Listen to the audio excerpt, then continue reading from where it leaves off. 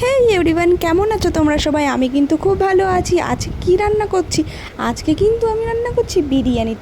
দেখো, আমি কিন্তু ছিলাম না বাড়িতে, পড়তে গেছিলাম। বাবা সকালে এনেছিল মাংস, তো সেই দেখেই মাথায় বুদ্ধি আসলো না কেন বিরিয়ানিই করা যাক। অনেক দিন বিরিয়ানি খাইনি, আর বাড়িতে করে সবাই মিলে খাওয়ার একটা মজাটাই আলাদা। দোকান থেকে কিনে খাওয়ার থেকে বাড়িতে সবাই মিলে খাওয়ার মজাটাই আলাদা।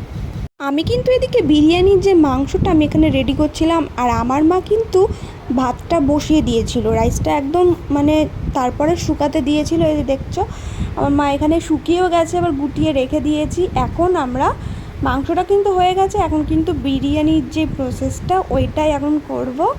মানে পরপর দেখো, আমি কিন্তু ভালো রান্না করতে পারি না, বলবো না যে আমি খুব ভালো পারি।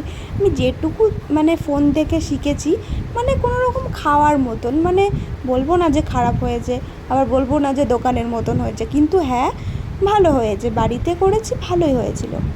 প্রথমে আমি হাঁড়িতে ঘিটা ভালো করে মাখিয়ে নিয়েছি, তোমরা দেখেই নিয়েছো।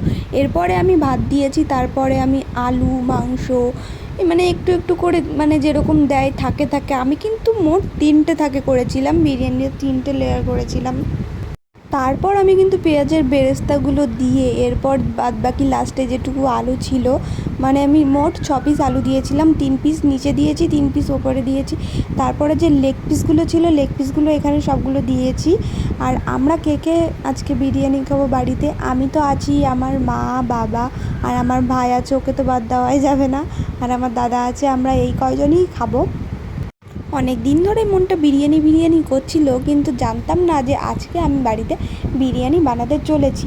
তো কখন কি হয় বলা যায় না, করেই কিন্তু বাড়িতে আজকে বিরিয়ানি পিকনিক হয়ে গেল। মানে ভালোই লাগছে। আর দেখছো, আমি কিন্তু দমে দিয়ে কিন্তু এখন নামাবো। এখন পুরো দমটা দেওয়া হয়ে গেছে, আমি পুরো 40 মিনিট দমে দিয়েছি। দিয়ে দেখছো বিরিয়ানিটা উপর থেকে কেমন লাগছে। এখন আমি কাটবো আস্তে আস্তে, লাস্টে কিন্তু ঘি দিয়ে দিচ্ছি। হ্যাঁ, এইবার তো সবাইকে দেওয়ার পালা আর খাওয়ার পালা। আর আমাদের কিন্তু সবার দেওয়া হয়ে খাওয়াও শুরু করে দিয়েছি। দেখছো, আমি, আমার বাবা, আমার ভাই, আমার মা আছে পাশে, আর দাদা আছে ওই ঘরে। সত্যি বলছি, সত্যি মাংসটা খুবই সফট হয়েছে, আর সত্যি বিরিয়ানিটা আমার কাছে খারাপ লাগেনি, খুবই ভালো লেগেছে। আর হ্যাঁ, ভিডিওটা আমি এখানেই শেষ করছি। তোমাদের যদি আমার ভিডিওটা ভালো লেগে থাকে, অবশ্যই লাইক কমেন্ট শেয়ার সাবস্ক্রাইব করে দেবে। বাই।